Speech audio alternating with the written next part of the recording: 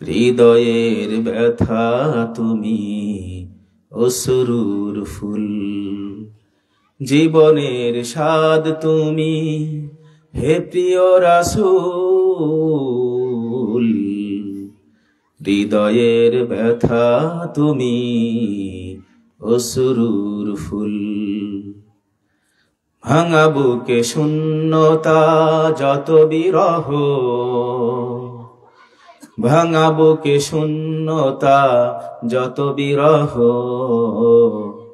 মরুময় জীবনে অজানা দাহ, অব্যক্ত বেদনার সান্ত্বনা হে, ভেসে যাওয়া জীবনে তুমি যে কুল, জীবনের স্বাদ তুমি হে প্রিয় রাসূল। শূন্য যখন হৃদয়ের নীল, আশাহীন জীবনে বেদনার ভিড়, পাখি তুমি ফিরে এসো ভাঙায়ে বুকে, তুমি ছাড়া এ জীবনে সবই যে ভুল, জীবনের স্বাদ তুমি হে প্রিয় রাসূল। হৃদয়ের ব্যথা তুমি অশ্রুর ফুল, জেগে থাকা এ আখির কাজল তুমি, নিধহীন দু চোখে প্রেমের চুমি, জেগে থাকা এ আখির কাজল তুমি, নিধহীন দু চোখে প্রেমের চুমি, তুমি সেই কল্পিত বলা হয়নি যাকে, তুমি সেই কল্পিত বলা হয়নি যাকে, ভালোবাসি তোমাকে হে প্রিয় রাসূল। জীবনের স্বাদ তুমি হে প্রিয় রাসূল, হৃদয়ের ব্যথা তুমি অশ্রুর ফুল। শেখ সমীর উদ্দিন নুরালী তালিমুল কুরআন মাদ্রাসা, শান্তিনগর, দারোগার ভিটা, বটিয়াঘাটা, খুলনার 11তম বার্ষিক মাহফিলের সম্মানিত সভাপতি আলহাজ শেখ মুশাররফ হোসেন সাহেব, মাহফিলের প্রধান আলোচক দেশ বরেণ্য আলেমে দ্বীন সুমিষ্ট ভাষী হযরত মাওলানা মুফতি আলাউদ্দিন উসমানী, মাগরিবের পরে দারোগার ভিটা শান্তিনগর জামে মসজিদের সম্মানিত ইমাম ও খতিব হযরত মাওলানা নাজিম উদ্দিন সাহেব আলোচনা করেছেন। স্টেজে উপস্থিত হযরত উলামা একরাম, আমার সামনে দিনদার মুত্তাকি সালেহীন ভাইয়েরা, পর্দার আড়ালে মা ও বোনেরা, দোকানপাটে বাড়িতে বিভিন্ন জায়গা থেকে যারা আমাদের কথা শুনছেন, সকলকে আমরা আমাদের অন্তর থেকে শুভেচ্ছা এবং অভিনন্দন জানিয়ে আমরা আমাদের আজকের আলোচনা শুরু করতে যাচ্ছি। ভাইয়েরা আমার, আমি আপনাদের সামনে সুনির্দিষ্ট একটি বিষয়ে কিছু কথা আরজ করার জন্য ইচ্ছা করেছি। আল্লাহ রাব্বুল আলামিন উত্তম তৌফিক দাতা। আমাকে বলা হয়েছিল ইলমে দ্বীন শিক্ষা করার গুরুত্ব কি, এই সম্পর্কিত কিছু কথা যেন আমি আপনাদের সামনে কুরআন হাদিস থেকে আলোচনা করি, এবং পরকালের জীবন যে আল্লাহ রাব্বুল আলামিন মৃত্যুর পরে আমাদেরকে আবার জীবিত করবেন, সেই আখিরাতের বিশ্বাস, এই সম্পর্কে কুরআন হাদিসের কি দিক নির্দেশনা রয়েছে, এই সম্পর্কে কিছু আমি কথা বলি। ইনশাআল্লাহ এই বিষয়ের উপরে আমি আমার আজকের আলোচনা চালিয়ে যাব। ওয়া মা তাওফীকি ইল্লা বিল্লাহ।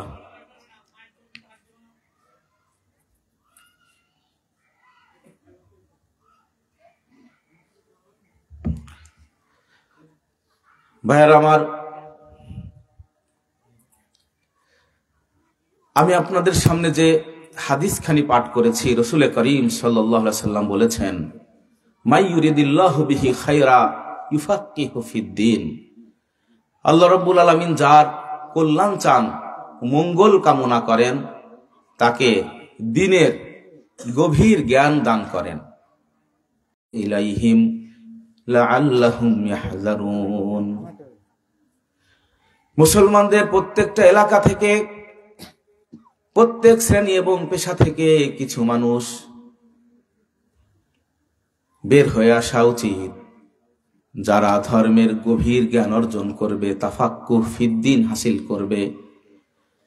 দিন গভীরভাবে শিখার পরে ওয়ালিয়ুনজিরু কওমাহুম ইযা রাজাউ ইলাইহিম, নিজের জাতির কাছে ফিরে গিয়ে তাদেরকে ধর্মীয় বিষয়ে সচেতন করবে, সতর্ক করবে, দিন শিক্ষা দিবে। লাআল্লাহুম ইয়াহযারুন। আর সেই জাতি উলামা একরামের এই কথাগুলো শুনে, তাদের নসিহাত, দিক নির্দেশনা শুনে তারা যেন আল্লাহর পথে চলতে পারে। এই আয়াত এবং এই হাদিসের আলোকে আমরা বুঝতে পারি যে ইলমে দিন, ইলমে দিন এটা যারা শিখবে, এদের দুইটা শ্রেণী হবে। এক শ্রেণীর মানুষ ফরজটা আদায় করতে পারে, শরীয়তের উপরে নিজে মোটামুটি চলতে পারে, এতটুক এলেম কিছু মানুষ শিখবে, এবং এটা প্রত্যেকটা মুসলমান নরনারীর জন্য শিক্ষা করা ফরজ। রাসূলুল্লাহ সাল্লাল্লাহু আলাইহি ওয়াসাল্লাম বলেছেন, তলাবুল ইলমি ফারিদাতুন আলা কুল্লি মুসলিম। ইলম শিক্ষা করা প্রত্যেক মুসলমানের উপরে ফরজ। সুতরাং এই আয়াত, এই হাদিস দ্বারা বোঝা যায় যে আপনার আমার ইবাদত পালন করার জন্য, পরিবারের সাথে চলার জন্য, প্রত্যেকে যে ব্যবসা বাণিজ্য, যে চাকরি বাকরি যে কাজ করে, তার ওই কাজের হালাল হারাম, শরীয়তের দিক নির্দেশনা, বিধিবিধান মানার জন্য যতটুক এলেম দরকার, ততটুক এলেম প্রত্যেকের জন্য এটা শিক্ষা করা ফরজ। পাশাপাশি আর একটা শ্রেণী এলেম শিক্ষা করবে, সেই শ্রেণীকে বলা হবে উলামা, ফুকাহা। তাদের কাজ হলো শুধু ফরজ এলেম শিখেই নিজেরা চলতে পারে, এতটুক এলেম শিখলেই যথেষ্ট হবে না, বরং সমাজে এমন কিছু মানুষ থাকতে হবে যারা ইলমে দ্বীনের যতগুলো দিক আছে, শরীয়তের ইলমের যতগুলো দিক আছে, এইগুলো তারা ভালোভাবে আয়ত্ত করবে এবং এই ইলমের উপরে আমল করবে। ইলমের লক্ষ্য এবং উদ্দেশ্যে তারা অবিচল থাকবে। পাশাপাশি সমাজের মানুষদেরকে, যারা আল্লাহর পথে চলতে চায়, ইসলামের পথে চলতে চায়, তাদেরকে পথ দেখাবে। এই রকম এক শ্রেণী মানুষ, তাদেরকে ইলম শিখতে হবে, যেটাকে বলা হয় ফরজে কিফায়া। অর্থাৎ এই মানের ইলম কিছু মানুষ যদি শিক্ষা করে, অর্জন করে, তাহলে অন্যদের উপর থেকে এই ফরজটা আদায় হয়ে যাবে। এটা হলো জানাজা নামাজ পড়ার মতো। জানাজা নামাজ পড়াও ফরজ। কোন এলাকায় যদি কোনো মানুষ মারা যায়, কিছু মানুষকে জানাজা নামাজ আদায় করতে হবে। আর জোহর, আসর, মাগরিব, ইশা, ফজর, এই নামাজগুলো প্রত্যেককেই পড়তে হবে, জামাতে আদায় করুক বা একা একই আদায় করুক। তাহলে নিজে আমল করা যায়, শরীয়তের উপরে চলা যায়। যতটুক এলেম অর্জন করলে অতটুক এলেম প্রত্যেকের জন্যই শিক্ষা করা ফরজ। আর যে এলেম দিয়ে, আপনারা একটু মেহরবানি করে যদি এই দিকে একটু যদি কিছু লোক আসে, তা আমার কথা বলতে সুবিধে হয়, মাঝামাঝি। মানে ওনার ঘাড়ে ব্যথা করবে, এদিকে এভাবে তাকায় থাকলে কারণ আপনাদের দিকে তো কথা বলতে হবে। আসেন, দিকে আসেন, এদিকে আসেন, আপনাদের দিকে তাকাই তো কথা বলা লাগবে।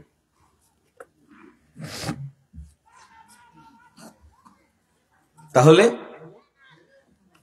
কিছু মানুষকে ভালো আলেম হতে হবে, যাদের দায়িত্ব জাতিকে আল্লাহর পথে পরিচালিত করা।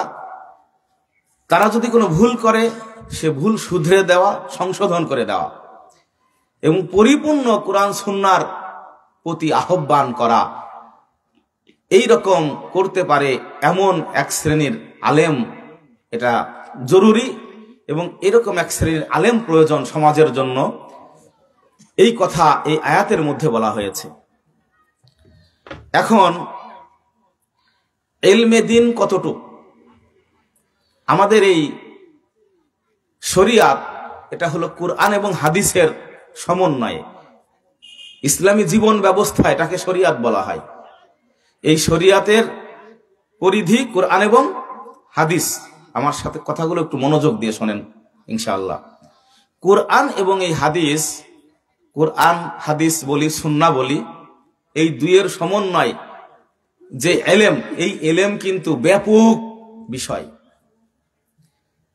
এই দুনিয়া এবং দুনিয়ার উপরে যাহা কিছু দরকার সকল কিছুর বিশদ বর্ণনা কুরআন সুন্নাহর মধ্যে রয়েছে। আল্লাহ রাব্বুল আলামিন বলেন, ওয়ানাজ্জালনা আলাইকাল কিতাবা তিবয়ানাল লিকুল্লি শাইইন ওয়া হুদাও ওয়া রাহমাহ ওয়া বুশরা লিল মুসলিমিন।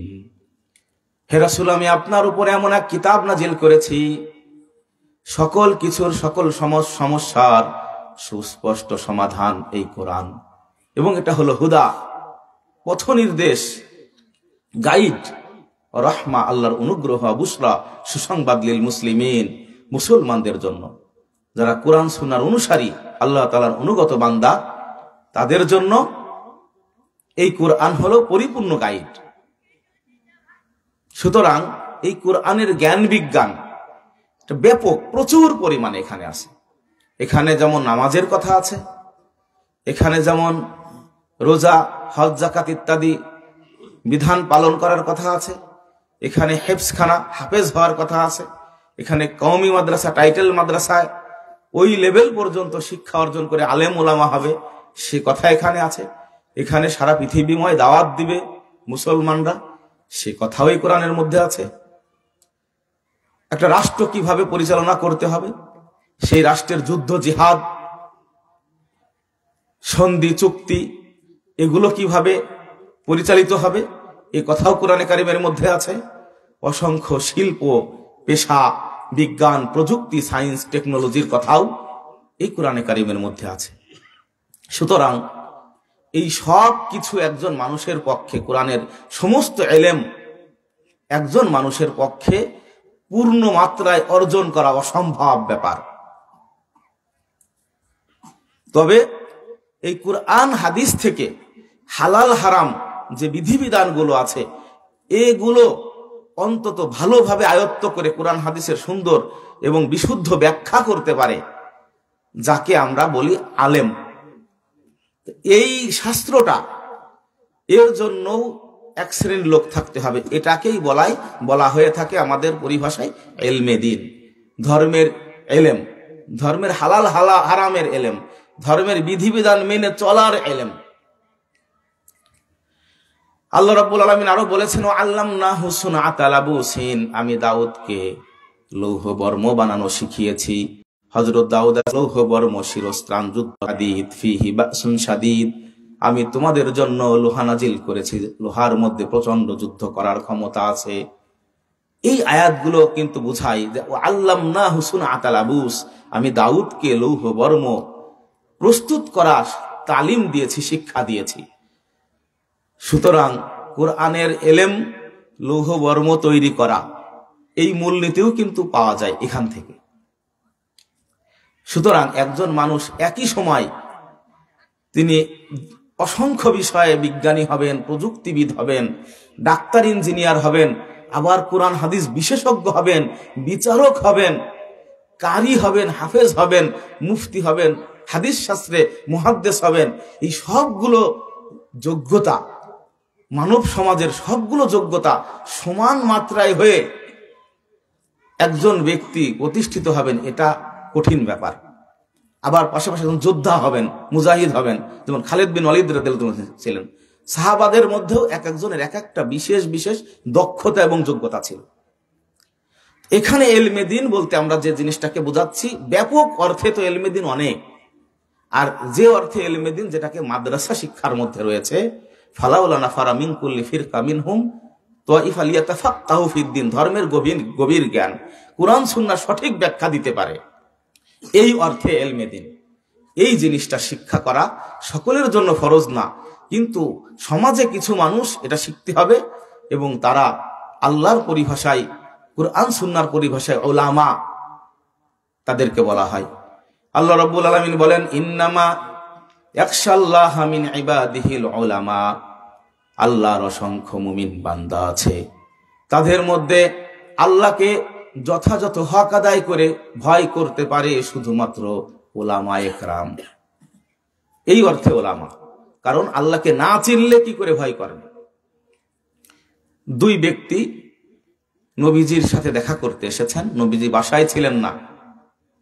উম্মুল মুমিনিন হযরত আয়েশা রাদিয়াল্লাহু আনহার কাছে জিজ্ঞেস করেছেন যে নবীজি কি কি আমল করে। তো বলেছেন যে নবীজি ফরজ নামাজ আদায় করেন, সুন্নাত নফল, এই তাহাজ্জুদ, এই সংখ্যা পড়েন, এইভাবে মাঝে মাঝে রোজা রাখেন, পরিবারের হক আদায় করেন, মানুষের প্রয়োজন পূরণ করেন, রাষ্ট্র পরিচালনা করেন, মানুষের মধ্যে বিচার ফয়সালা করেন, যুদ্ধ জিহাদ করেন, এইগুলো বলেছেন। তো দুই সাহাবী চিন্তা করলো যে এর চেয়েও তো কিছু কিছু ইবাদত, নামাজ, কালাম, তেলাওয়াত এগুলো আমরা বেশি করি। নবীজির কাজটাকে একটু ছোট করে দেখলেন। ইতিমধ্যে নবীজি আসলেন এবং বললেন, শুনে রাখো, আমি আল্লাহকে তোমাদের চেয়ে বেশি জানি এবং আল্লাহকে তোমাদের চেয়ে আমি বেশি ভয় করি। সুতরাং যদি আল্লাহ সম্পর্কে এবং আল্লাহ তাআলার যে বিধান, নিয়ম কানুন আছে, এইটা যদি ভালোভাবে কেউ না বোঝে, তা আল্লাহ তাআলাকে ভয় করা এবং আল্লাহ তাআলাকে মানার হক আদায় হয় না, না জানলে।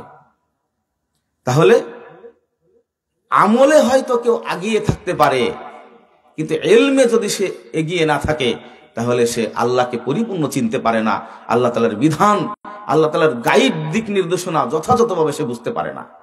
এই জন্য আলেমরা শ্রেষ্ঠ হয়ে যায়। এখানে আল্লাহ বলেন, রাফাআল্লাহুল লাযিনা আমানু ওয়াল্লাযিনা উতুল ইলমা দারাজাত, যারা ঈমান এনেছে পাশাপাশি তাদেরকে আল্লাহর পক্ষ থেকে ইলম দেওয়া হয়েছে, তাদের মর্যাদা আল্লাহ রাব্বুল আলামিন অনেক উঁচু করে দিয়েছেন।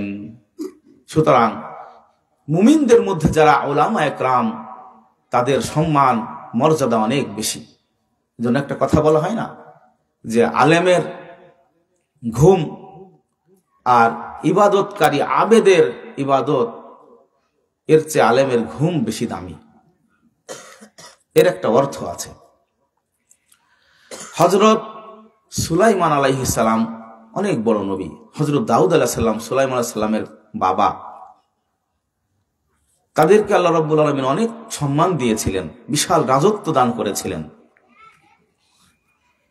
এমন কোন নিয়ামত নেই যে অনেক বেশি দেননি রব্বুল আলামিন এই দুই মহান নবীকে। অথচ তারা আল্লাহর কাছে দোয়া করেছেন এবং আল্লাহর প্রশংসা করেছেন, আলহামদুলিল্লাহিল্লাযী ফাদ্দালানা আলা কাসীরিন মিন ইবাদিহিল মুমিনিন।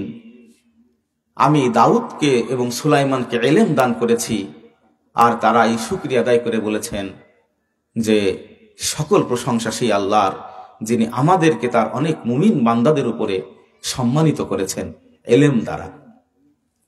অনেক নিয়ামত পেয়েছেন, রাজত্ব পেয়েছেন, তারপরেও ইলমের জন্য তারা আল্লাহর কাছে বিশেষ শুকরিয়া আদায় করছেন।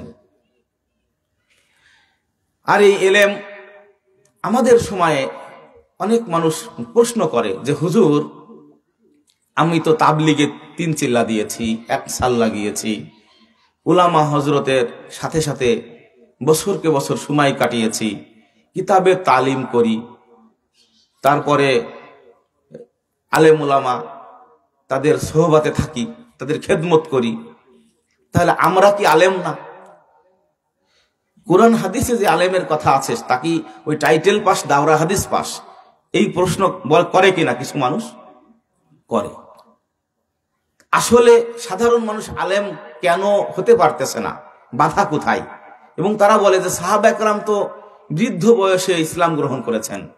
হযরত আবু বকর রাদিয়াল্লাহু আনহু, হযরত ওমর রাদিয়াল্লাহু আনহু অন্তত প্রায় 30-40 বছরের উপরে গিয়ে সবাই ইসলাম গ্রহণ করেছেন। তারা তো 12 বছর এরকম মাদ্রাসায় পড়ার সুযোগ পাননি। আল্লাহ তাআলা যত জায়গায় আলেম শব্দটা উচ্চারণ করেছেন কোরআনের মধ্যে, নবীজি বলেছেন যে আলেমের এই এই মর্যাদা, তো এই আলেমের মধ্যে কি ওই সাহাবীরা পড়বে না? তারা তো দীর্ঘদিন মাদ্রাসায় শিক্ষা অর্জন করেননি, তাহলে তারা কি আলেমদের মধ্যে পড়ে না? এখানে একটা জিনিস বুঝতে হবে, সেটা হলো যে সাহাবা একরামের ভাষা ছিল কি আরবি। তারা আরবি জানতেন, বুঝতেন। যে সাহাবী আসরের সময় ইসলাম গ্রহণ করেছেন, তিনি মাগরিবে হয়তো আর একজন সাহাবী তাকে ওযু শিখিয়ে নামাজে দাঁড় করিয়ে দিয়েছেন। তিনি বলেছেন আল্লাহু আকবার। আল্লাহু আকবার অর্থ আল্লাহ সবচেয়ে বড়।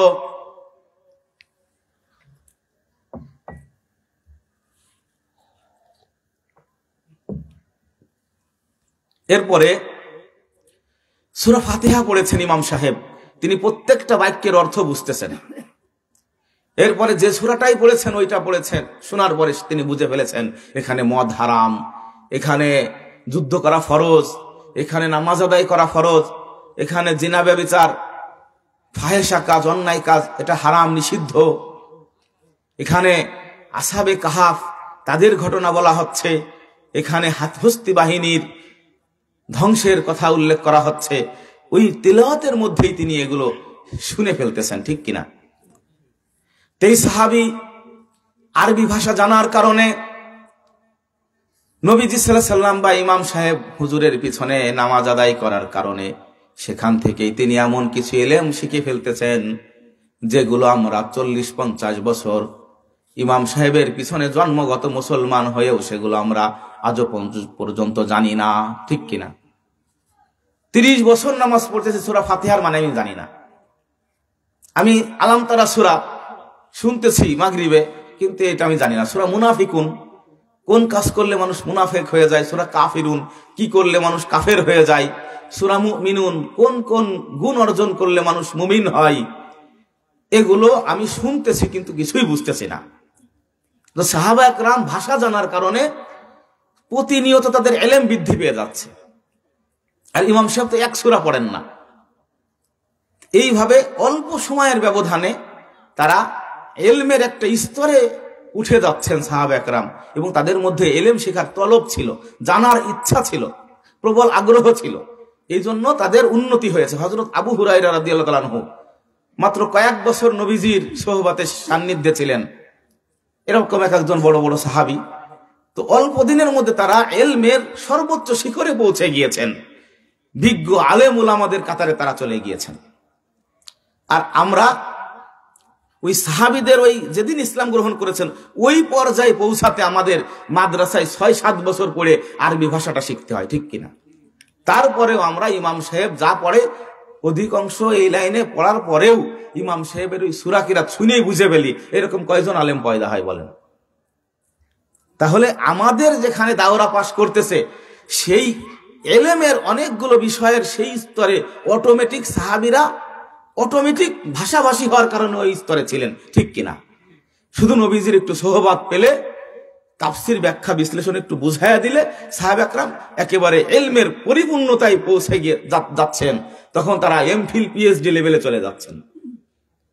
এই জন্য সাহাবা একরাম 3 মাস 1 বছর সময় লাগায় তারা আলেমের স্তরে পৌঁছে যাচ্ছেন, আর আমরা 30 বছর রেও আমরা সেইখানে আমরা যেতে পারছি না। এই জন্য ভাষা জানতে হবে। আরবি ভাষা যদি আপনি না জানেন, কুরআনের হাদিসের অন্তর্নিহিত নিগূঢ় রহস্য আপনি বুঝতে পারবেন না।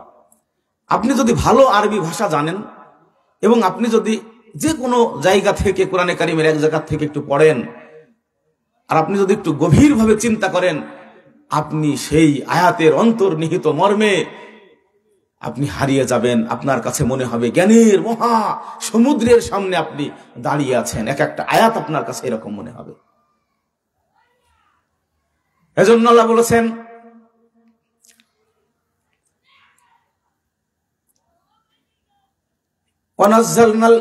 আল্লাহ তাআলা বলেন যে আমি কোরআন নাজিল করেছি কুরআনান আরাবিয়্যা লাআল্লাকুম তাআকিলুন, আরবি কোরআন, যাতে করে তোমরা বুঝতে পারো। আমি তো আরবি জানি না, এই জন্য আমি বুঝ উপলব্ধির ওই স্তরে আমি পৌঁছাতে পারতেছি না, আমি পিছনে থেকে যাচ্ছি। এই জন্য আরেকটা কথা, সেটা হলো যে নবীজি সাল্লাল্লাহু আলাইহি সাল্লামের যুগে ইসলামের অবস্থা কি ছিল, আর আমাদের এই 1400-1450 বছর পরে এসে ইসলামের অবস্থা কি হয়েছে, এটা একটু বুঝতে হবে। আচ্ছা, একটা উদাহরণ দেব, খুব সংক্ষেপে বোঝার চেষ্টা করবেন। এইখানে হাজী সাহেবের 5 বিঘা জমি আছে, এই পাশে মসজিদ, মসজিদের ইমাম সাহেব হাজী সাহেবকে বলল, হাজী সাহেব এই জমিটা কার? তা হাজী সাহেব বলল, এটা আমার জমি, আমার বাবার জমি, পর্চার জমি আমাদের। ইমাম সাহেব বলল, আমি 3 কাঠা জমি কিনতে চাই। ইমাম সাহেব 3 কাঠা জমি কিনে পাঁচিল দিয়ে রাস্তার পাশে একটা বাড়ি বানালেন। কিছুদিন পরে ইমাম সাহেব জমিটা বিক্রি করে দিলেন, আর এক ভদ্রলোক কিনলো, সে বিক্রি করে দিলেন, আর একজন কিনলো, সে লোন উঠিয়েছে সেই বাড়ির উপরে, পরে সে লোন শোধ করতে না পেরে ব্যাংক সেই জমিটা নিয়ে নিল, ব্যাংক আবার নিলেম ডেকে দিল, আর একজন কিনে নিল। এরপরে ওই লোক এই পাড়া থেকে জমিটা বিক্রি করে সে চলে যেতে চাচ্ছে। তো হাজী সাহেবের কাছে সেই লোক গেছে যে, হাজী সাহেব এই 3 কাঠা জমিও তো আপনার, তো এইটা আমি বিক্রি করে দিয়ে আমি আবার চলে যেতে চাচ্ছি। এর মধ্যে কিন্তু 10 জন বেচা কিনা হয়ে গেছে। হাজী সাহেবের কাছে একবারে কম দামে বিক্রি করে লোকটা চলে যাবে, তো হাজী সাহেব আবার ফেরত নিলেন জমিটা। এখন অনেকদিন পরে এলাকায় আরেকজন নতুন ইমাম আসছে, সেই ইমাম এসে হাজী সাহেবের কাছে বলতেছে, হাজী সাহেব আপনার তো অনেক জায়গা জমি, আমার কাছে 3 কাঠা জমি বিক্রি করেন। হাজী সাহেব বলল, ইমাম সাহেব আপনার যেখান থেকে পছন্দ হয়নি। ইমাম সাহেবের ওই কোনার ওই 3 কাঠা গেরা জমিটুকু পছন্দ হয়েছে, ওখানে আবার 2-3টা ঘরও করা আছে, ওর মধ্যে ইমাম সাহেব এখনই থাকতে পারবে। হাজী সাহেব বলল, যে এই জমি আপনি নিতে চান তাহলে 1 ট্রাঙ্ক, 1 সুটকেস দলিল পত্র সহ এই জমি বুঝে নিতে হবে। ইমাম সাহেব বলল, এটা আপনার বাবার জমি না? অবশ্যই। এটা আপনাদের পরসার জমি না? অবশ্যই। তাহলে এই বাকি জমি আর এই 3 কাঠা জমির মধ্যে পার্থক্য কেন? তা হাজী সাহেব বারবার বলতেছে, এই 3 কাঠা জমি আপনার পছন্দ হয়েছে, এটা যদি নিতে চান তাহলে ভালো উকিলের কাছে যান, মুহুরির কাছে যান, তাকে কাগজপাতি গুলো দেখান, সার্চ দেন। তা মুহুরির কাছে গেছে, উকিলের কাছে গেছে, উকিল বলেছে এই কাগজগুলো সার্চ দিয়ে দেখতে আমার 15 দিন সময় দেওয়া লাগবে এবং আমাকে 50,000 টাকা দেওয়া লাগবে, শুধু এই কাগজগুলো ভালো করে দেখে দেব যে ঠিকঠাক আছে কিনা। ইমাম সাহেব এই কথা শুনে হাজী সাহেবের কাছে এসে বলতেছে, কি একটা ঝামেলায় পড়েছে আপনার জমি কিনতে গিয়ে, এই বলতেছে এখন 2 সপ্তাহ সময় লাগবে, 50,000 টাকা লাগবে নাকি এগুলো দেখতে, সার্চ দিতে। উকিল সাহেবের আরো লোকজন লাগানো লাগবে। তাহলে অন্য হাজী সাহেব বলতেছে, ধরো অন্য এক জায়গার থেকে নেন, পর্চা দেখায়, ও কারোর কাছে যাওয়া লাগবে না, একদম সাধারণ মুহুরির কাছে গেলে সে জায়গায় দেখে দেবে যে জমি ঠিক আছে, কাগজপাতি ঠিক আছে, কোনো টাকাও খরচ হবে না, ঠিক কিনা? একই জমি, এইটা দেখানোর জন্য এত লম্বা সময় লাগবে কেন, আর এত পয়সা করে লাগবে কেন? এর ভিতরে কি ঢুকছে? আর এইখানে কোনো পয়সা লাগবে না, সময় লাগবে না, কারণ কি? সুতরাং যারা ইসলাম রাসূলুল্লাহ সাল্লাল্লাহু আলাইহি সাল্লামের কাছ থেকে যারা ইসলাম গ্রহণ করেছে, সেই মুসলিম সাহাবী নবীর কাছ থেকে ইসলাম গ্রহণ করেছে, ওই ইসলাম পালন করেও জান্নাতে যাবে। 1450 বছর পরে ইসলাম হাত বদল হয়েছে, এখানে অনেক মামলা মুকদ্দমা হয়েছে, এই ইসলাম পালন করেও জান্নাতে যাবে। যেমন ওই হাজী সাহেবের ওই 3 কাঠা জমি, সেখানে ঘর বানালে ঘর হবে, গাছ লাগালে গাছ হবে, কিন্তু জমিটা একটু হাত বদল হওয়ার কারণে এখানে কোনো মামলা মুকদ্দমা, কেস অথবা এর নিয়ম কানুন, পেপারস, এগুলো ঠিকঠাক আছে কিনা এটা জেনে নিতে হবে, ঠিক কিনা? এই দুনিয়া বুঝি, আখেরাতটা বুঝি না। কোরআন হাদিস 1450 বছর আসার কারণে এর ভিতরে কেউ খারেজি তৈরি হয়েছে, কেউ মুতাজিলা সম্প্রদায় তৈরি হয়েছে, কেউ কদরিয়া, কেউ জবরিয়া, এখানে কেউ বিভিন্ন ফেরকার মানুষ এখানে তৈরি হয়েছে, হয়ে এমন একটা প্যাচ লাগাই দিয়েছে যে এই প্যাচ ছাড়াই ইসলামকে পালন করতে গেলে আপনি সেই সাহাবীর মতো 5 মিনিটের মধ্যে ইসলাম আপনি বুঝে নিতে পারবেন না। এই ইসলাম বুঝে নিতে গেলে আপনার 12 বছর ঘেটে ঘুটে এর দলিল প্রমাণ ঠিকঠাক আছে কিনা এটা আপনাকে উদ্ধার করা লাগতেছে, ঠিক কিনা? এই জন্য সময় লাগতেছে। আপনি পট করে বলে দিলেন কোরআন আছে হাদিস আছে, তাহলে আর এত ফিকহ ইজমা কিয়াসের কি প্রয়োজন? এইটার প্রয়োজন হচ্ছে সময়ের ব্যবধান হওয়ার কারণে, ঠিক কি?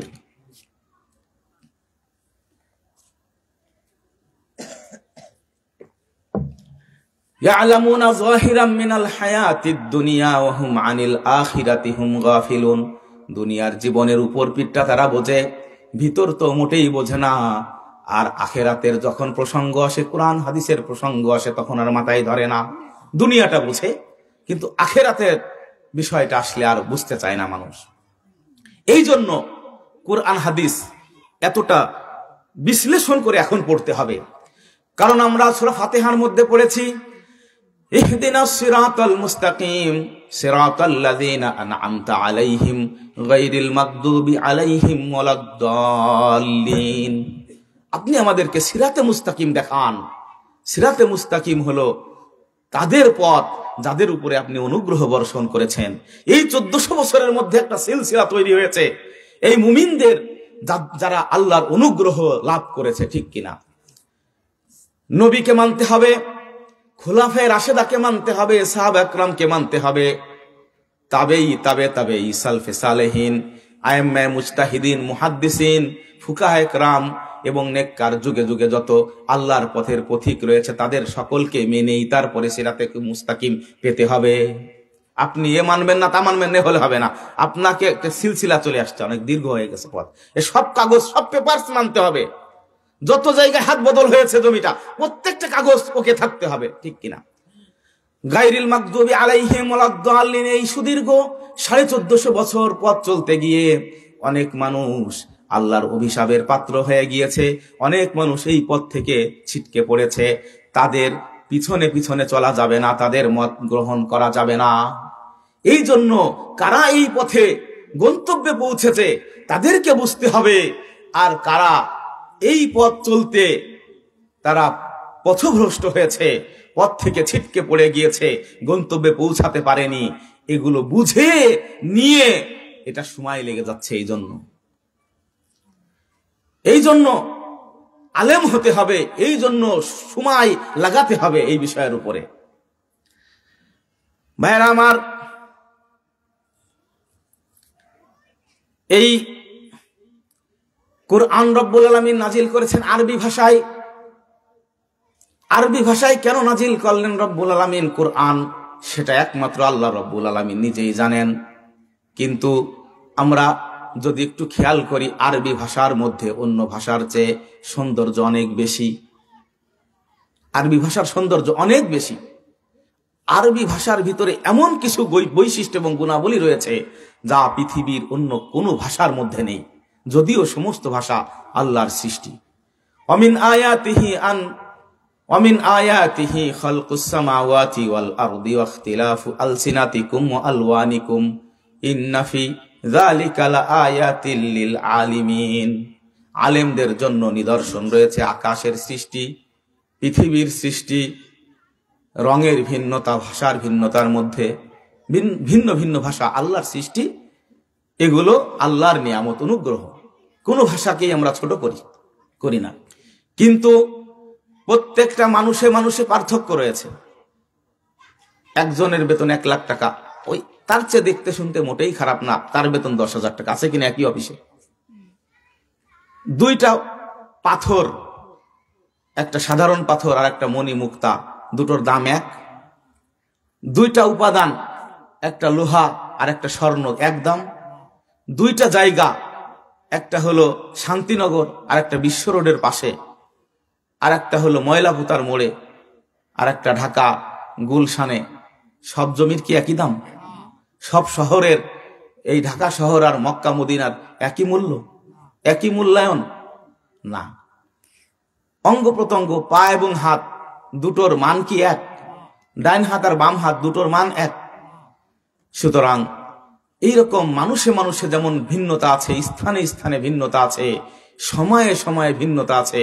অন্য 10টা রাত আর লাইলাতুল কদর এক না, তো পৃথিবীর অসংখ্য ভাষা আর আরবি ভাষা এক না। আল্লাহ রব্বুল আলমিনের কালাম সর্বশ্রেষ্ঠ। রব্বুল আলমিন এই কালাম নাজিল করেছেন সর্বশ্রেষ্ঠ ভাষায়, এর নাম হলো আরবি ভাষা। এই আরবি ভাষার অলংকার সৌন্দর্য অনেক বেশি। ধরুন একজন সাধারণ মানুষ তার মেয়েকে বিবাহ দেবে, কিছু অলংকার কিনা দরকার।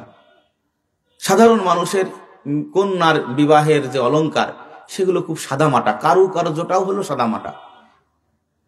এটা অর্জন করা যার তার পক্ষে সম্ভব। কিন্তু যদি প্রধানমন্ত্রীর মেয়ে, কোনো এমপি, কোনো মন্ত্রীর মেয়ের বিবাহ হয়, তার অলংকার কি সাধারণ মানুষের মেয়ের অলংকারের মতো? সেই অলংকারের সৌন্দর্য, তার যে তৈরি করা হয়েছে যে সিস্টেমে, যে প্রতিষ্ঠান থেকে, এক না। সে স্বর্ণেরও মান ভিন্ন। তো আল্লাহ রাব্বুল আলামিন তার কালাম নাজিল করেছেন আরবি ভাষায়। এই আরবি ভাষার সৌন্দর্য সীমাহীন। এই কথাগুলো শুধুমাত্র বুঝবে যারা আলেম, নাহু সরফ, আরবি গ্রামার জানে, তারা কিছু বুঝবে আমার এই কথার কি অর্থ। এই জন্য আল্লাহ রাব্বুল আলামিন বলেছেন, আমি এই কোরআন নাজিল করেছি আরবি ভাষায়, লাআল্লাকুম তাকিলুন, যাতে করে তোমরা বুঝতে পারো। কোরআন বাংলায় নাজিল করলেও বুঝতো, অন্য যে কোনো ভাষায় আল্লাহ রাব্বুল আলামিন যদি নাজিল করতেন তাহলেও মানুষ বুঝতো। মূল একটা বক্তব্য, মূল একটা দিক নির্দেশনা এটা বুঝে ফেলতো যে আল্লাহ প্রশংসার কথা বলতেছেন, এখানে এটা মানতে বলতেছেন, এটা নিষেধ করতেছেন, এটা বুঝতো। কিন্তু আরবি ভাষার সেই সৌন্দর্যের ভিতরে আসার কারণে এর বুঝ উপলব্ধি এটা অনেক গভীর হবে, আর আল্লাহর কালাম বুঝার হক আদায় হবে এটা ভাষার কারণে। যেমন আপনি যদি একটা কোরআন তেলাওয়াত রেকর্ড করেন সাধারণ একটা মাউথে, স্পিকারে, এর দাম, একটা স্পিকারের দাম 10,000 টাকা। সাউন্ডটা সুন্দর হবে কিনা? আপনি যদি 1 লক্ষ টাকা দামের একটা স্পিকারে, আপনি যদি সেই সাউন্ড রেকর্ডারে যদি আপনি আপনার তেলাওয়াতটা রেকর্ড করেন, আরো বেশি সুন্দর শোনা যাবে কিনা? 10 লক্ষ টাকা দামের একটা যন্ত্র আপনি ব্যবহার করেন আপনার সাউন্ডটাকে রেকর্ড করার জন্য, আপনার কণ্ঠস্বর আরো অনেক সুন্দর শোনা যাবে, ঠিক কিনা?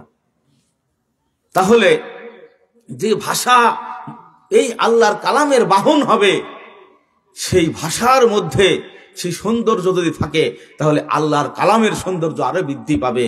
বলি সুবহানাল্লাহ। এই সৌন্দর্যটা আরবি ভাষার মধ্যে রয়েছে। আমি যদি একটা বাক্য দিয়ে উদাহরণ দিই আপনারা বুঝতে পারবেন। আচ্ছা, আমি তোমাকে ভালোবাসি, একটা সুন্দর কথা না? আমি তোমাকে ভালোবাসি, খেয়াল করেন, এইটাকে ইংরেজিতে কি বলে? আই লাভ ইউ, ঠিক কিনা? এরপরে এটা যদি আপনি উর্দুতে বলেন, মাই তুঝে প্যার করতা হো, কথাগুলো কত লম্বা। মাই তুঝে প্যার করতা হো, আমি তোমাকে ভালোবাসি, আই লাভ ইউ, কতগুলো অক্ষর। আরবির মধ্যে এটা কি বলে? উহিব্বুকা। কি বলে? উহিব্বুকা। আচ্ছা, সবচেয়ে কম শব্দ কোন জায়গা আরবির মধ্যে? বলেন আমি তোমাকে ভালোবাসি, বলেন এর আরবি কি? উহিব্বুকা। সব মিলে 4টে শব্দ। তাহলে আরবি ভাষা এত সংক্ষিপ্ত যে অল্প কথায় অনেক একটা বড় মর্মকে বোঝাতে পারে। মোহাব্বত করি, হৃদয়ের একটা ব্যাপার স্যাপার আছে এখানে। এই জন্য আরবি ভাষা সুন্দর। যেমন মেহমান, এটাকে আমাদের বাংলায় কি বলে? অতিথি। অতিথি শব্দের অর্থ কি জানেন? তিথি মানে সময়, আর অতিথি মানে যার কোনো সময় জ্ঞান নেই, অসময় দন্তন চলে আসে। এটা কি কোনো ভালো কথা? শুনতে খারাপ শোনা যায় না? আসলে যদি এটা ব্যাখ্যা করা হয় তাহলে অর্থটা ভালো না, কিন্তু অতিথি বললে আমরা খুব খুশি হই, মনে হয় বিশাল একটা কিছু, প্রধান অতিথি। মানে এই লোকের কোনো সময় জ্ঞান নেই, ব্যাক কইলে অতিথি মানে। অথচ এইটা দিয়ে একজন মেহমানকে বোঝানো হচ্ছে। আরবরা বলে দয়ীফ, খুব সংক্ষিপ্ত শব্দ দয়ীফ। দয়ীফ মানে কি? দয়ীফ শব্দের অর্থ হলো দয়ীফুন, অর্থ তিনি আমাদের শোভা, আমাদের সৌন্দর্য, তিনি আমাদের সংশ্লিষ্ট, আমাদের আপনজন। দয়ীফ মানে। তাহলে আরবি ভাষার মধ্যে এমন কিছু মর্ম আছে, এর মানে এই শব্দটা একেবারে রচনা শুরু থেকেই মূল থেকে এর মধ্যে একটা বাড়তি সৌন্দর্য আছে। এর প্রত্যেকটা ওয়ার্ডে, প্রত্যেকটা অক্ষরে, যা অন্য ভাষার মধ্যে নেই। আরবি ভাষার বর্ণমালা তাকে বলা হয় হরুফে হিজা। কি বলা হয়? হরুফ মানে হলো অক্ষর, হিজা মানে হলো ব্যঙ্গ করা, বিদ্রুপ করা। তার মানে উস্তাদ পড়াই, বলো আলিফ, বাচ্চা বলে আলিফ, ও ব্যঙ্গ করতেছে হুজুরকে খুব মজা করে, বলতেছে বা, বলে বা, বলে তা, বাচ্চা বলে তা। তাহলে ও উস্তাদের সাথে কেমন যেন কি, উস্তাদেরটা অনুকরণ করতেছে। এটাকে বলে হুরুফ হিজা, মানে অনুকরণ করা অথবা ব্যঙ্গ করা। কত সুন্দর মিল আছে না? এটাকে বলা হয় আরবি বর্ণমালা। বলি সুবহানাল্লাহ। আচ্ছা, ইংরেজি বর্ণমালা আছে কি নেই? আলিফ বা তা সা। এই ইংরেজি টোটাল বর্ণমালার নাম কি জানেন? আলফাবেট বলে। কি বলে? আলফাবেট মানে হলো ইংরেজি বর্ণমালা। আলফাবেট আসছে কোন জায়গা থেকে? আলিফ বা তা আলফাবেট, আলিফ বা তা আলিফ বা তা আলফাবেট। বুঝতে পারছেন? আলফ বা তা মানে আলফাবেট। ইংরেজি অক্ষরগুলোর যে সমন্বয়, যাকে বর্ণমালা বলা হয়, সেই বর্ণমালাগুলোর নামও হয়েছে আলিফ বা তা দিয়ে। ঠিক কিনা? আমরা আর্থ বলি, আর্থ, সামাওয়াতি ওয়াল আরদ। আরদ মানে পৃথিবী, ইংরেজিতে বলে আর্থ, ওই আরবি থেকে এসেছে। হযরত আদম আলাইহিস সালামের ভাষা, পৃথিবীর নবীদের ভাষা, জান্নাতের মানুষদের ভাষা, শেষ নবীর ভাষা হলো আরবি ভাষা। এবং আল্লাহ রাব্বুল আলামিন এই আখিরি জামানার উম্মতের উপরে যে কিতাব নাজিল করেছেন, সেই কিতাবের ভাষা আরবি। এই আরবির সৌন্দর্য এটা বলে শেষ করা যায় না। বলি সুবহানাল্লাহ। এখন একটা প্রশ্ন আসতে পারে যে কোরআনের মতো কোরআন বলা হয় যে বানানো সম্ভব না, ঠিক কিনা?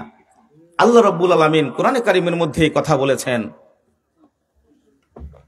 ঠিক আছে, ওয়া ইন কুনতুম ফি রাইবিম মিম্মা নাযালনা আলা আবদিনা ফাতু বিসূরাতিম মিন মিসলিহি। যদি তোমরা আমার বান্দার উপরে যে কোরআন নাজিল করেছি এই ব্যাপারে সামান্য সন্দেহ পোষণ করে থাকো, তাহলে কোরআনের মতো ছোট্ট একটা সূরা তোমরা বানিয়ে দেখাও। জিন ইনসান সকলে মিলেও তোমরা সূরার মতো একটা সূরা বানাতে পারবে না। ফাইল্লাম তাফআলু, যদি না পারো, ওয়ালাম তাফআলু, আর কোশ্চিন কালেও এটা সম্ভব নয়। ফাত্তাকুন নার আল্লাতী ওয়াকুদুহান নাস ওয়াল হিজারা, তাহলে তোমরা সেই জাহান্নামকে ভয় করো যে জাহান্নামের জ্বালানি ইন্ধন হবে মানুষ এবং পাথর। তাহলে বোঝা যাচ্ছে যে কোরআনের বক্তব্য হলো কোরআনের মতো কোরআন বানানো যায় না, একটা সূরা বানানো যায় না। এটা আমরা যদি একটু খেয়াল করি, প্রথম কথা হলো কোরআনের ভাষা যে কোন মানের, এটা বুঝতে গেলে আপনাকে আরবি ভাষা জানতে হবে। কি পরিমাণ জানতে হবে? অনেক বেশি জানতে হবে। এই জন্য ৩য় শতকের, অর্থাৎ আজ থেকে প্রায় 1100 বছর আগে ইমাম আবু বকর আল বাকিল্লানি, একজন ভাষাবিদ, একজন বড় বিজ্ঞ আলেম, তিনি একটা বই লিখেছেন। সেখানে বুঝিয়েছেন যে কোনো একজন অনারবি, যিনি আরবি ভাষাভাষী না জন্মগত, তার পক্ষে যত আরবি ভাষাই শিখুক না কেন, কোরআনের সৌন্দর্য উপলব্ধি করা, ভাষাগত সৌন্দর্যটা উপলব্ধি করাটা সম্ভব না, এটা বলেছেন তিনি। আর এটা সত্য। যেমন কবি নজরুল ইসলাম, অনেক বড় কবি, তার একটা কবিতা, আর একজন সাধারণ কবি তার একটা কবিতা, এই দুটো কবিতার ভাষাগত সৌন্দর্য একজন ভালো বাংলা শিক্ষিত, বাংলা ভাষাভাষী মানুষে বুঝতে পারে, ঠিক কিনা? শুনেই বুঝে ফেলে যে এই দুটো ভাষার সৌন্দর্য একটু ভিন্ন ভিন্ন, ঠিক কিনা? কিন্তু একজন চীন দেশের মানুষ, তাকে যদি আপনি 2 বছর আরবি শিখান, বাংলা শিখান, 3 বছর বাংলা শিখান, শিখানোর পরে নজরুল সাহেবের কবিতা দেন আর সাধারণ একজন লেখকের একটা কবিতা দেন, এই দুইয়ের সৌন্দর্য কিন্তু সে উপলব্ধি করতে পারে না। ভাষাগত সৌন্দর্যটা সে উপলব্ধি করতে পারবে না। কারণ আসলে এই ভাষাটাতে হৃদয়ে জন্মগতভাবে আমরা একটা জিনিস শুনিয়ে যেটা বুঝি, ভাষার উপলব্ধি যেটা অর্জন করেছি, এটা অবাঙ্গালি হলে তার পক্ষে সম্ভব না। তাহলে কোরআনের একটা বক্তব্য আর যে কোনো একটা আরবি ভাষার বক্তব্য ভাষাগত যে একটা পার্থক্য আছে, এটা বুঝতে গেলে শুধুমাত্র আরব জ্ঞানী ভাষায় তারা বুঝতে পারবে দুটোর ভিন্নতা, তখন বুঝে ফেলবে যে আল্লাহর কালামের কাছে এই মানুষের কথা, যত বড় কবি সাহিত্যিক হোক, কোনো কথার মধ্যেই পড়ে না, সেটা বুঝতে পারবে।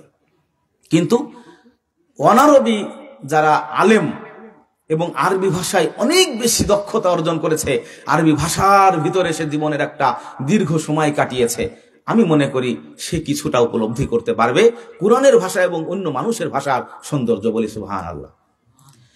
এখন তাহলে আমরা যারা অনারবি, আমরা একটা যুক্তি দিয়ে এটাকে বোঝাতে পারি যে কোরআনের ভাষার যে মূল কথা, এই কথাগুলো কি, এগুলো যদি আমরা খেয়াল করি, সূরা ফাতিহা পড়ি না? সূরা ফাতিহার মধ্যে আল্লাহ রাব্বুল আলামিন বলেন আলহামদুলিল্লাহ, সকল প্রশংসা আমি আল্লাহর জন্য। এরপর আল্লাহ বলেছেন রব্বিল আলামিন, আমি হলাম সমগ্র বিশ্বজাহানের প্রতিপালক। তারপরে বলেছেন আর রহমান, আমি হলাম পরম করুণাময়, আর রহিম, আমি হলাম পরম দয়ালু। এরপরে রব্বুল আলামিন বলেছেন মালিক ইয়াউমিদ্দিন, পৃথিবীর শুরু থেকে শেষ পর্যন্ত যত মানুষ, যত মাখলুকাত, যার উপরে যত অবিচার করেছে, অন্যায় অপরাধ করেছে, অথবা যে কোনো ভালো কাজ করেছে, আমি একটা দিন স্থাপন করব। সেই দিনে সমস্ত মাখলুকাতকে একত্রিত করার পরে এরপরে আমি বিচার করে প্রত্যেকের ভালো কাজের ফলাফল দিয়ে দেব এবং প্রত্যেকের মন্দ কাজের ফলাফল দিয়ে দেব। মহাশূন্য থেকে শুরু করে জমিনের উপরে, পানির নিচে, জঙ্গলের মধ্যে একটা শিংওয়ালা বকরি একটা শিংবিহীন বকরিকে আঘাত করেছে। প্রত্যেককে হাজির করে সেই কোটি কোটি বছর আগে বা কোটি কোটি বছর পরে সকলের বিচার আমি করে দেব। আমি সেই বিচার করনেওয়ালা, আল্লাহ বলেছেন। এখন যদি আমরা চিন্তা করি পৃথিবীতে কত ভাষা, সেই ভাষার কত কবি সাহিত্যিক জ্ঞানী দার্শনিক রয়েছে, কত রাজা বাদশা রয়েছে পৃথিবীর মধ্যে, কত শক্তিধর মানুষ, কত সংখ্যা। রবীন্দ্রনাথ ঠাকুর কত বই লিখেছে, ম্যাক্সিম গোর্কি, গ্যাটো, বিজ্ঞানী আইনস্টাইন। পৃথিবীর কোনো কেউ এইরকম কথা বলেনি। কোন রাজা নিজের ব্যাপারে বলেছে যে সকল প্রশংসা আমি নমরুদের, সকল প্রশংসা আমি বিল গেটসের, সকল প্রশংসা আমি ডোনাল্ড ট্রাম্পের, এ কথা কেউ বলেনি। অথবা আমি একজনকে ভালোবাসি, সে অনেক উপকারী, তাকে বললাম সকল প্রশংসা অমুকের, এইরকমও কেউ বলেনি। আস্তে বলেনি, গোপনে বলেনি, রাতের অন্ধকারে বলেনি, দিনের আলোতে বলেনি। কিন্তু আজকে ফজরের নামাজের আগে ইমাম সাহেব জামাতের সাথে বলেছে, মুসল্লিরা সুন্নাত নামাজে আস্তে আস্তে বলেছে, সূর্য ওঠার আগে বলা হয়েছে, তাহাজ্জুদ নামাজের সময় বলা হয়েছে, যোহর আসর মাগরিব প্রত্যেকটা মাহফিলের মধ্যে বলা হয়, প্রত্যেকটা পৃথিবীর বড় বড় জাতিসংঘের অধিবেশনেও বলা হয় আলহামদুলিল্লাহি রাব্বিল আলামিন। ঠিক কিনা? কেউ প্রতিবাদ করেনি। তাহলে আলহামদুলিল্লাহ একটা পুরো আয়াত তো দূরের কথা, আয়াতের অংশ নিজের ব্যাপারে বলা সম্ভব না। আমি সমগ্র জগতের প্রতিপালনকারী, এ কথাও কেউ নিজের ব্যাপারেও বলেনি, কেউ আল্লাহ ছাড়া অন্যের ব্যাপারে বলতে পারেনি। ঠিক কিনা? তাহলে এই মানের কথা বলতে গেলে আল্লাহ হয়ে আসতে হবে, আর কেউ আল্লাহ নাই। সুতরাং কেউ আল্লাহ নাই, আর এই মানের কথা কেউ বলতেও পারবে না, লিখতেও পারবে না। ঠিক কিনা? আরবিতে বলার দরকার নেই, বাংলায় বললেই হবে, তাও সম্ভব না। ভাইয়ার আমার, আল্লাহ বলেন লাহু মাকালিদুস সামাওয়াতি ওয়াল আরদ, আসমান জমিনের সমস্ত ধন ভান্ডারের চাবিকাঠি আল্লাহর কাছে। ওয়া হুয়াল্লাযী খালাকাল লাইলা ওয়ান নাহার, রাত দিন, ওয়াশ শামসা ওয়াল কামার, চাঁদ সূর্য তিনি সৃষ্টি করেছেন। কেউ এই কথা বলেনি। আল্লাহু খালিকু কুল্লি শাইইন, আল্লাহ বলতেছেন আমি আল্লাহ সকল কিছুর সৃষ্টিকর্তা। এ কথা কেউ বলতে পারেনি। একজন প্রধানমন্ত্রী হয়তো সর্বোচ্চ বলতে পারেন আমি পদ্মা সেতু বানিয়েছি, আর আমার মতো একজন গরিব মানুষ হয়তো বলতে পারে যে আমার বাড়ির সামনে একটা খাল আছে, কয়েকটা বাঁশ কিনে এনে আমি এরপর একটা সাঁকো বানিয়েছি, আমি হয়তো সর্বোচ্চ এটা বলতে পারি। ঠিক কিনা? যে মানের, তার কথাবার্তা ওই মানের হবে। আল্লাহ রাব্বুল আলামিন এইভাবে 30 পারা কোরআনের মধ্যে যে কথাগুলো বলেছে, এই মানের কথা কোনো ভাষাই কেউ তার পক্ষ থেকে বলা সম্ভব না। কবি ইমরুল কায়েস একটা সুন্দর কবিতা বলেছে। কবির ইমরুল কয়েস হলো জাহিলি যুগের আরবি ভাষার শ্রেষ্ঠ কবি বলা হয় তাকে, কবি গুরু। সে বলেছে,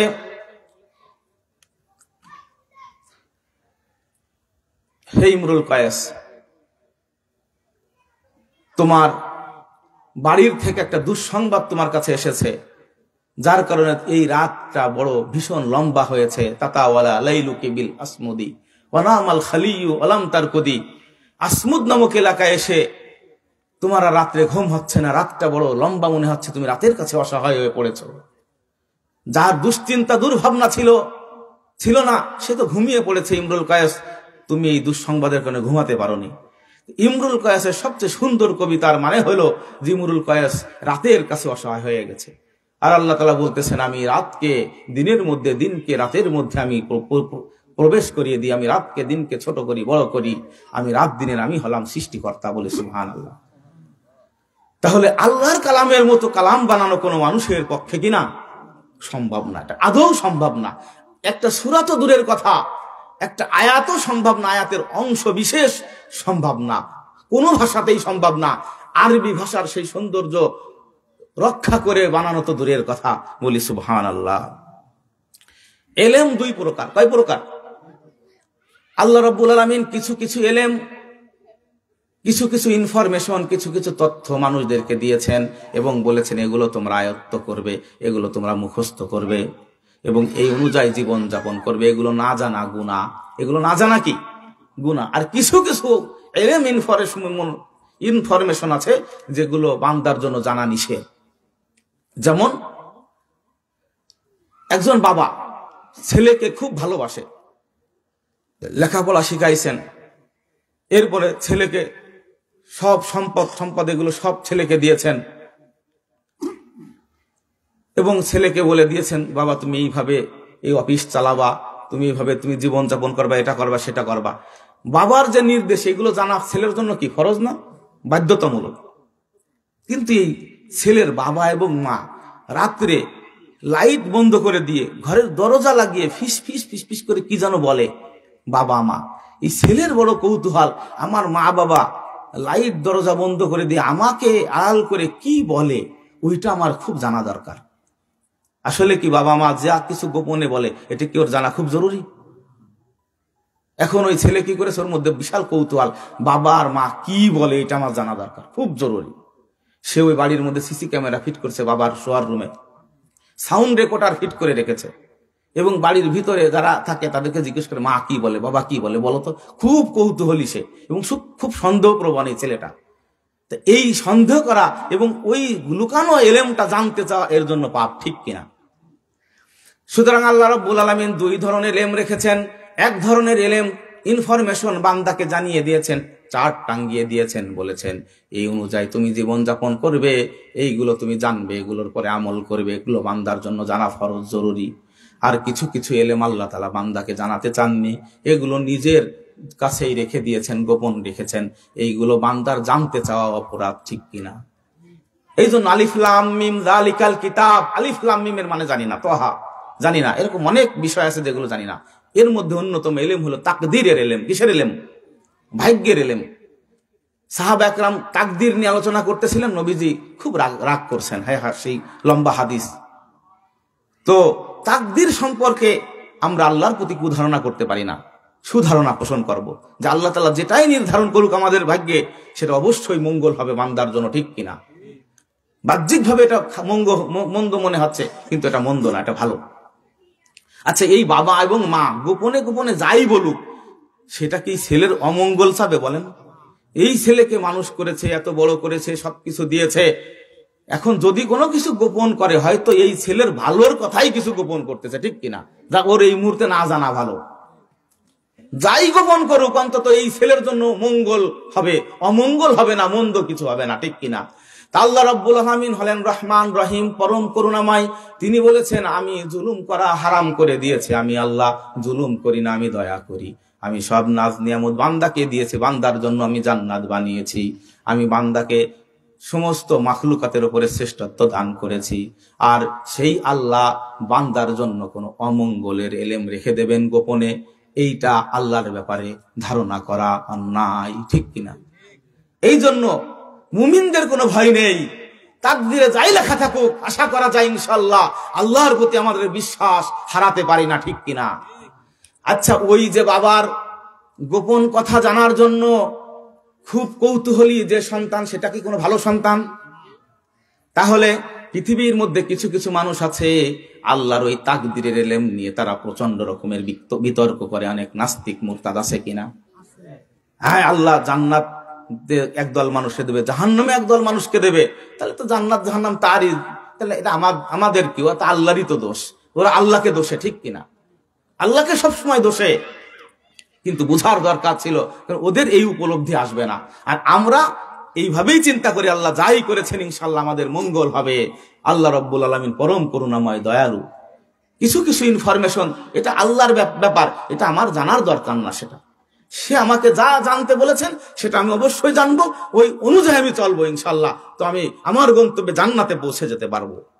ভাইরা আমার অনেকে প্রশ্ন করে, আল্লাহ তিনি যদি সৃষ্টিকর্তা হন তাহলে সৃষ্টিকর্তাকে কে সৃষ্টি করেছে? এই প্রশ্ন করে কিনা? আল্লাহ রাব্বুল আলামিন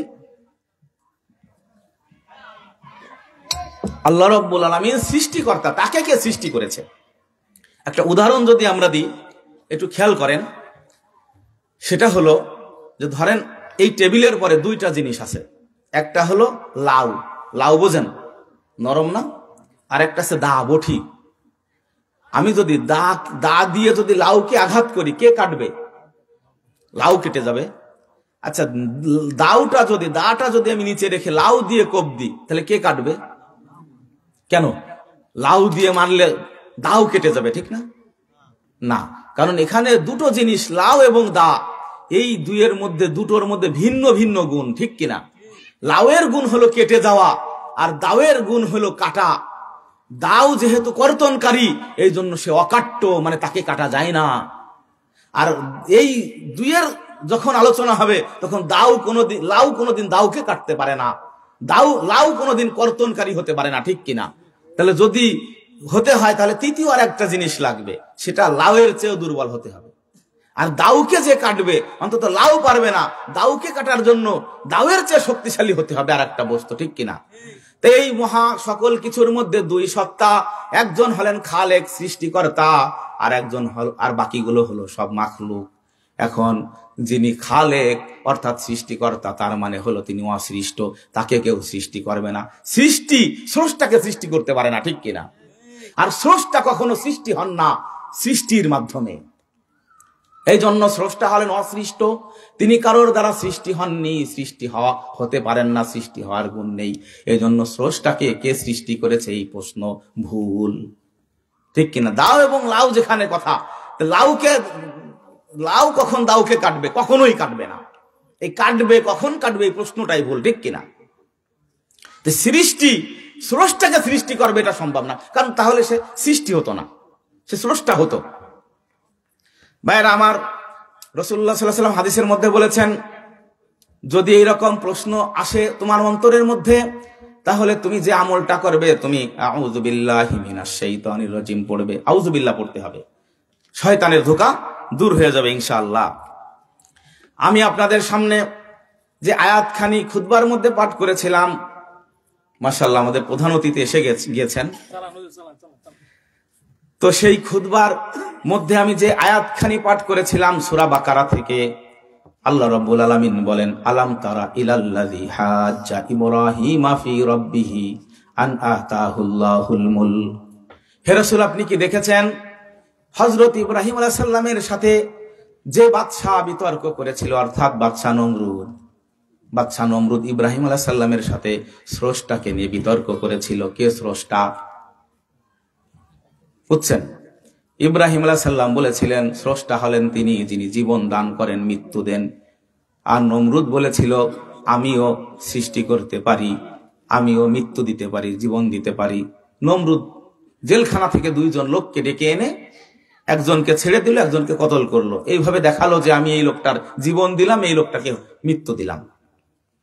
তখন ইব্রাহিম আলাইহিস সালাম বলেন, আল্লাহ তাআলা পূর্ব দিক থেকে সূর্য উঠান, তুমি যদি পারো পশ্চিম দিক থেকে সূর্য উঠিয়ে দেখাও।